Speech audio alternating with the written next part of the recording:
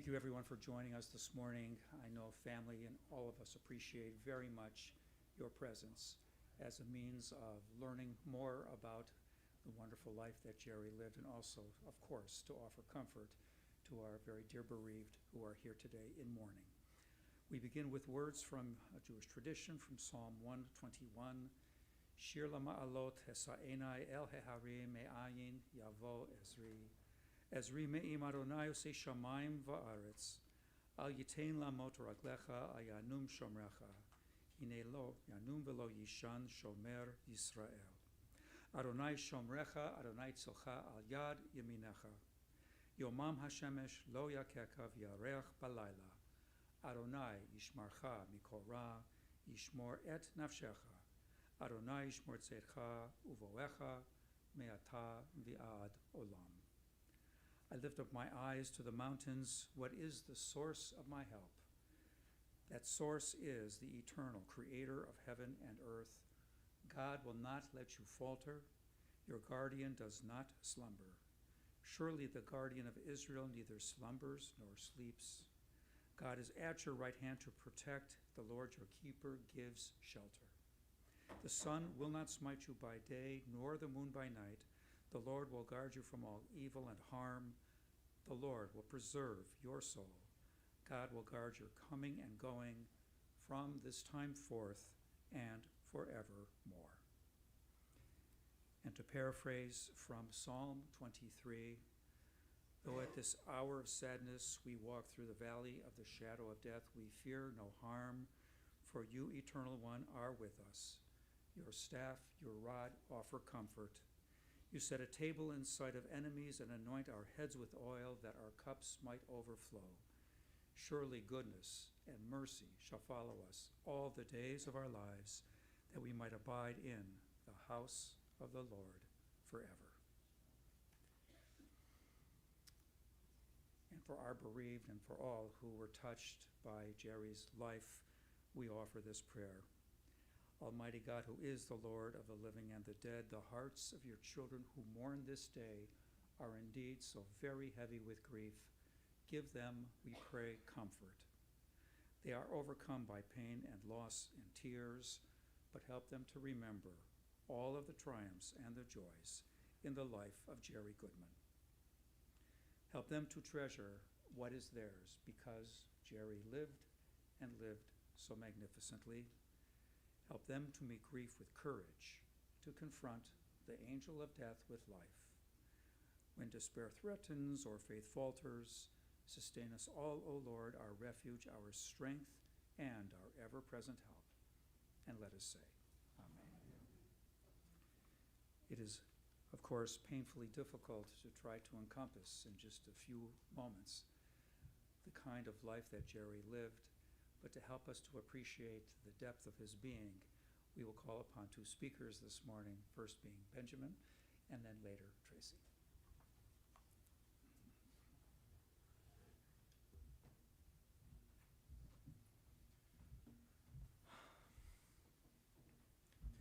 We couldn't believe when we stepped into the apartment a couple days ago and didn't hear our papa saying, "All right, look who's here."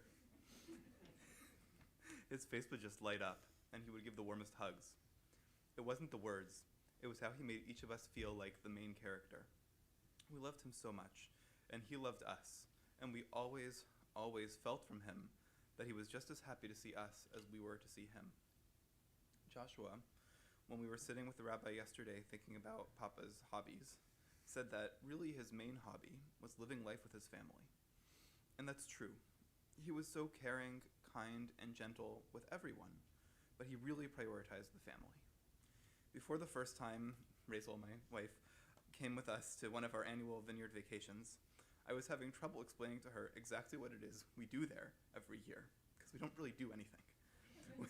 We sit on the beach a little bit, but mostly we sit outside, drink coffee, eat cantaloupe and bialys, and talk about politics and being Jewish. But the thing is, that's the point. It was always about being together, sitting in each other's company, and that was really what Papa wanted, was just to be all together. When we all brought partners into the picture, he was just as warm to them. As our family expanded, he expanded to meet us. Sarah and Sam's favorite thing was to spend a weekend with Bubby and Papa. They visited often from Cambridge. Bubby and Papa always insisted on taking them out to enjoy the arts or see a show. Sometimes they would see something amazing, and sometimes a play that was just 2 hours too long. But they never really cared what they were going to see because it wasn't about that. It was about spending quality time doing the things they loved together.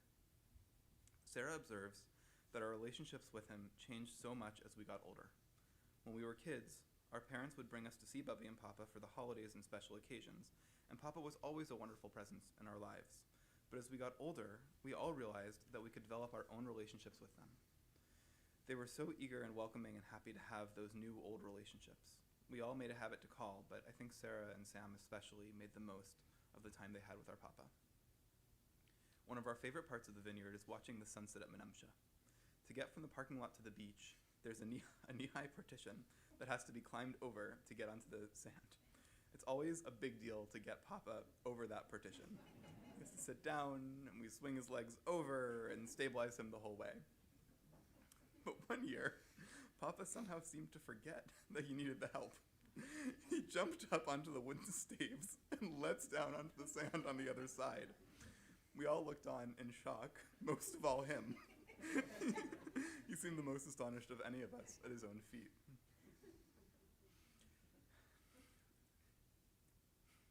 It kills me that he won't have the joy of meeting our baby girl. But a friend of mine offered the thought that maybe, in a way that transcends this world, their souls will get to meet. We have two Jewish traditions. One, that before a baby is born and comes into the world, her soul learns the entire Torah. And another is that after people pass on, they can sometimes go to study in the heavenly yeshiva. I don't know how much the heavenly yeshiva will be Papa's vibe. But I want to think, at least, that maybe he and our little girl are getting to meet and read a bit together for a few weeks up there.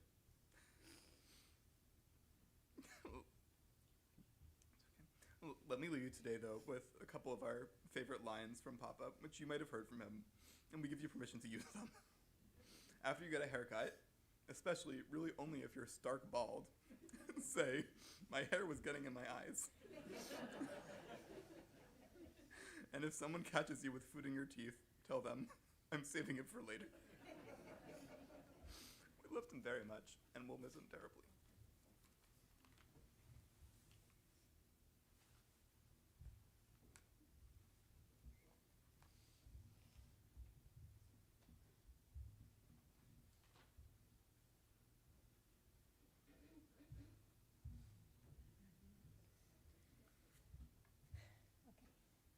All right. So I want to take a little time now to tell you a few things about my dad. I think most of you here know him in some way or another, as the chief of his building, as a brilliant clinician, as a childhood friend or a more recent friend, as a cousin and as an uncle, as a neighbor or as a guy from the Berkeley neighborhood of Portsmouth, Virginia.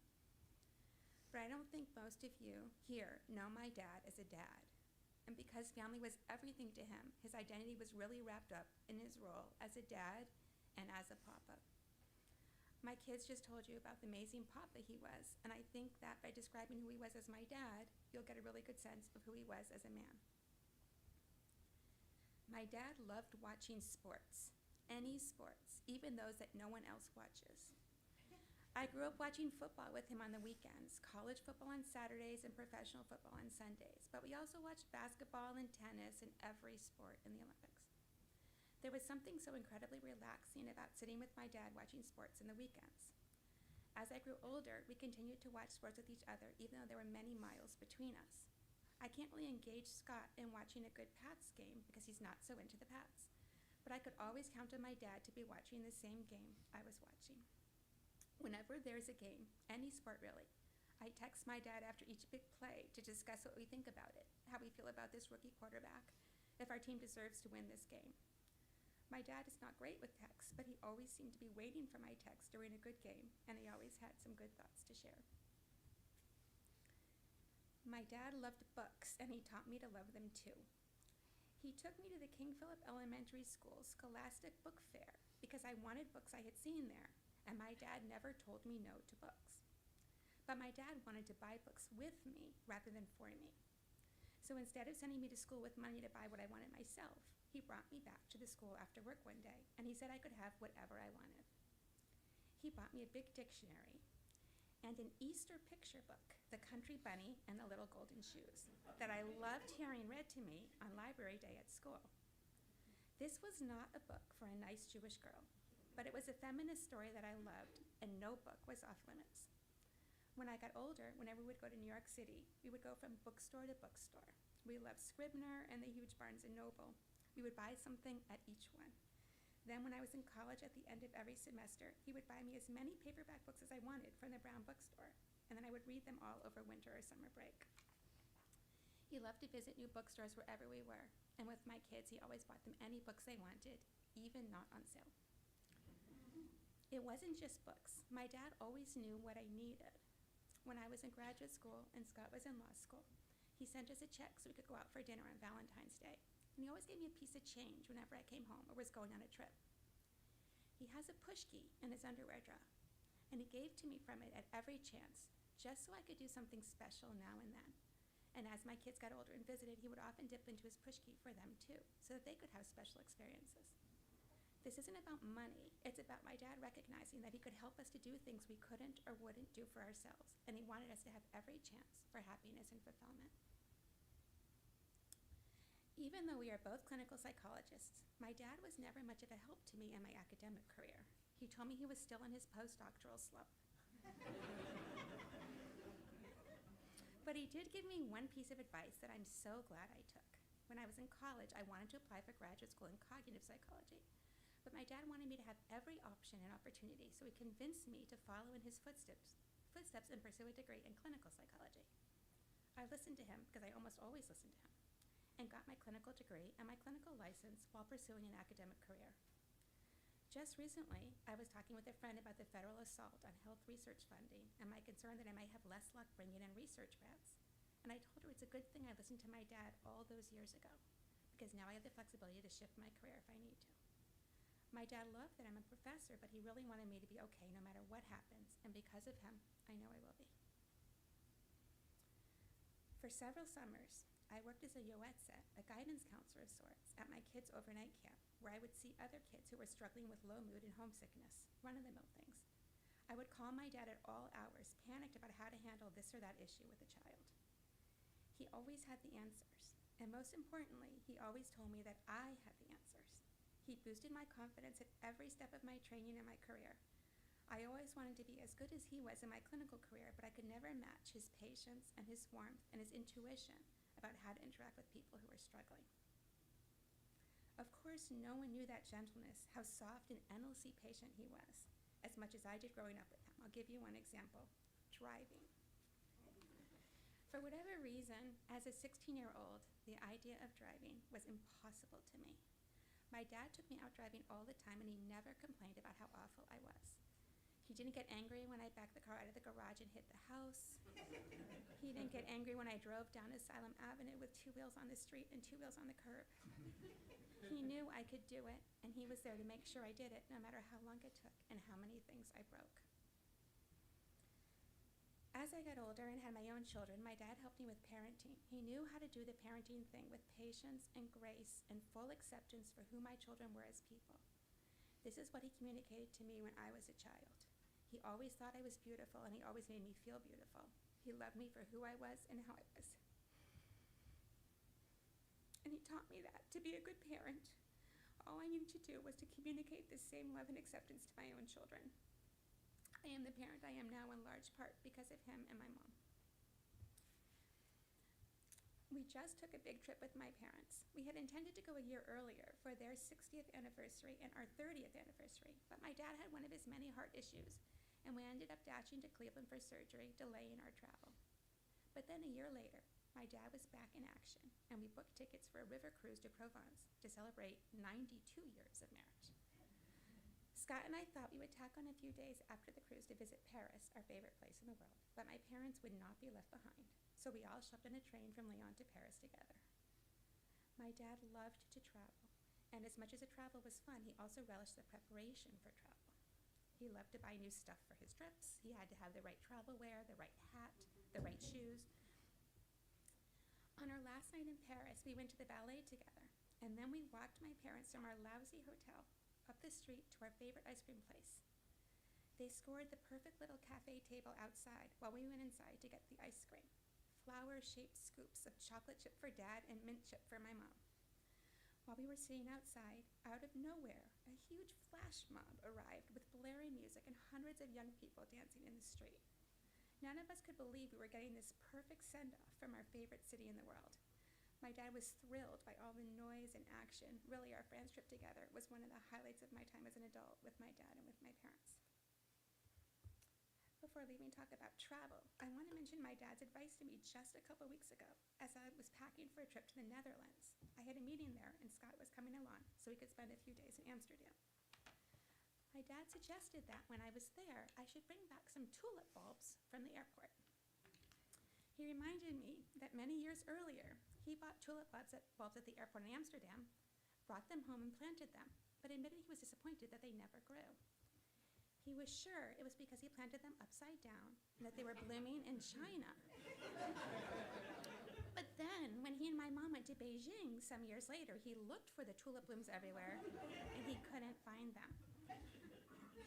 Scott and I were just in Amsterdam a couple weeks ago, and we learned the truth about the airport tulip bulbs, that they are old and rarely bloom.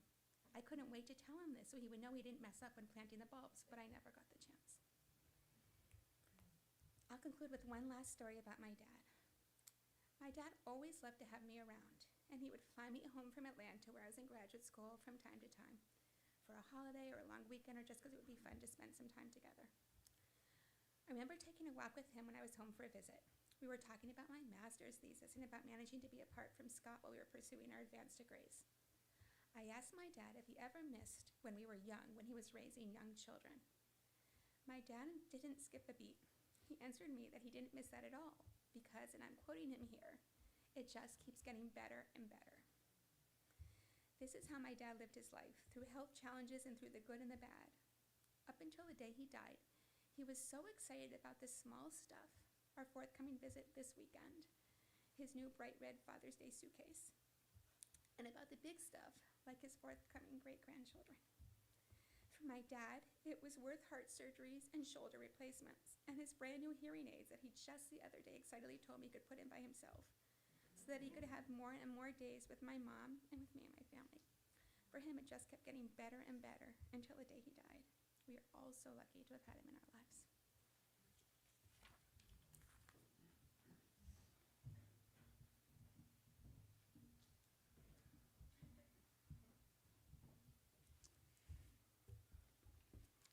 Thank you both so very, very much, and we'll continue to look for the tulips. I have my own memories of Jerry, that warm and wonderful smile, that genuine interest he always displayed, wanting to know how you were doing, and a full and deep love and appreciation of the Jewish experience, the history, synagogue life as well. I do recall one year just before Yom Kippur, Jerry and I happened upon each other, and he asked what time Kol Nidre services were. I told him the time. He wasn't thrilled. He suggested that that was just a little bit early given all the rush and stress of preparing for the fast and the holiday and being able to be together with family. I mentioned the need that we have in terms of Jewish tradition to begin that service before sunset. I'm not totally sure I convinced him. But there he was with Judy. Their seats, as I recall, center section to the right, about 3/4 of the way back as one faces the bima. It was nice to see that there were set places that people would sit, so I could always locate you. There is a passage in the book Pirkei Avot that is oft-quoted that states, Ezehu ashir hasameach bechelko, who is, well, different translations abide. Who is wealthy in life? One who is satisfied with one's portion. Or who is fortunate in life? The one satisfied with one's portion. Ashir can mean both, wealthy and fortunate. And in Jerry's case, the two translations point to each other. Not because Jerry was financially speaking a rich man, one who, as he did, fairly often would not bill his patients if there was a problem with payment. he was not destined to become a multi-billionaire. But the richness of his generosity, the sense of utter devotion to helping others, to sensitively assess and help those that he treated and advised, brought him, I know, a sense of joy and purpose, and surely much healing and well-being to his patients. And he always called them patients, as opposed to clients, but that's fine, we'll go with that. And by this standard, he was wealthy indeed. Over the years, he helped so many people. He cared deeply about them. And it is quite a beautiful image, I think, of Jerry and Tracy sitting down together to study for the CEU credits to maintain licensure and doing that together. Nothing could stop him from continuing on, not COVID, not his own health challenges, which were significant. He essentially died while climbing the stairs for his Wednesday appointments. If God is portrayed in our Siddur, our prayer book, as Somech Noflim, Zokef Kifufim, as one who raises up those who have fallen, those who are bowed down, well, God surely had an ally in that sacred work in Jerry Goodman. It is such a wonderful story of how you and Jerry came together, Judy, a Virginia-based USY Seaboard region romance that would blossom into a 62-year adventure, and how wonderful that you were able to have the observance of that anniversary this past week. He was loving, he was caring, and it's a beautiful sense of the two of you simply being able to sit together in ordinary times and just hold hands. And how steadfast you, along with family, have been to be with him during so many medical emergencies and challenging times. He knew how to be an active and loving presence, even if changing a light bulb could be a challenge.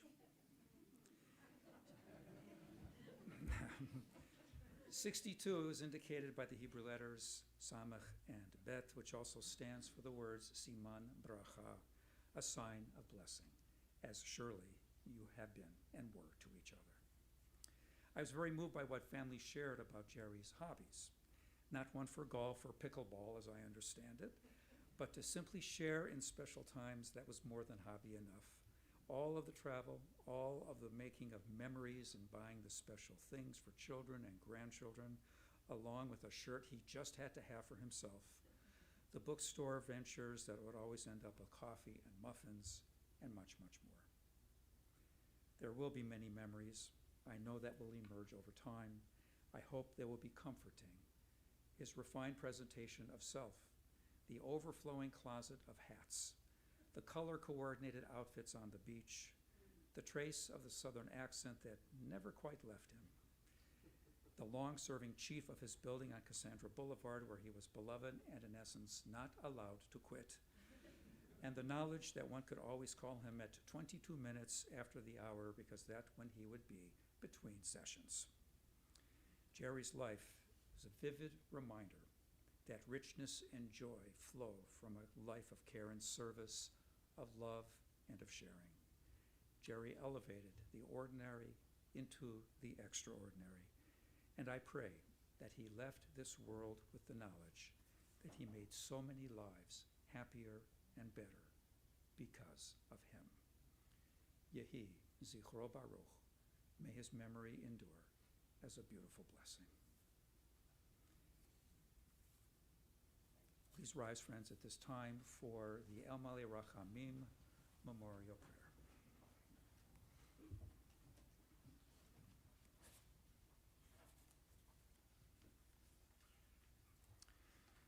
El Malei Rachamim Shochen Bamromim Hamsei Menucha Nechona Tachach Kanfei Hashchina B'malot Kiroshim Utorim Kizor harakia mazhirim et nishmat Yerucham ben Tanchen shalach leolamo began Eden tehei menuchato ana bal rachamim hastireu b'seter kenafecha leolami utzror bitzror hachayim et nishmato Adonai hu nachalato v'yanuach b'shalom mishkavo V'domar, Amen.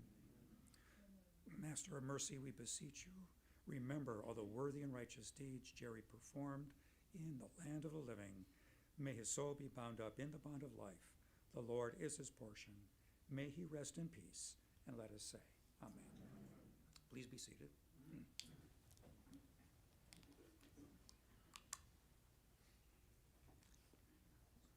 The interment will take place at the Bethel Temple Cemetery in Avon, and following the interment service at the cemetery, all are invited to return to the Hill Club at 25 Cassandra Boulevard until 4 o'clock. Thereafter, at the apartment number 305,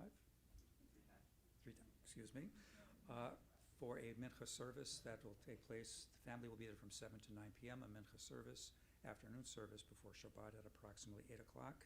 Sunday 1 to 5, also at the Hill Club, and Monday and thereafter in the evenings. And on Monday and Tuesday evenings, 7 to 9 p.m., mincha and Mari will take place beginning at 8:15 p.m. And all of this information is available also on the cards that are on the table as you leave the chapel this morning. At this time, we'll invite everyone to rise.